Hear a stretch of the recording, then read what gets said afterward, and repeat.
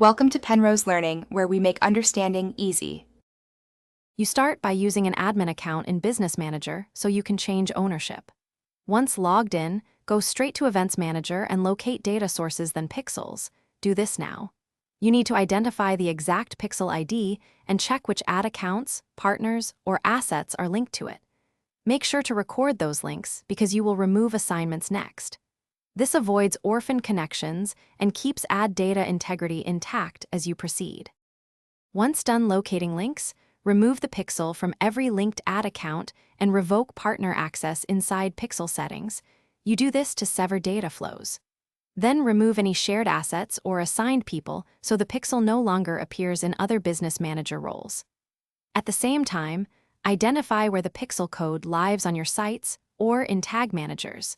Note each URL and container tag so you can delete the code later. This reduces unexpected tracking after deletion. Now delete the pixel from pixel settings or disconnect it according to Business Manager options.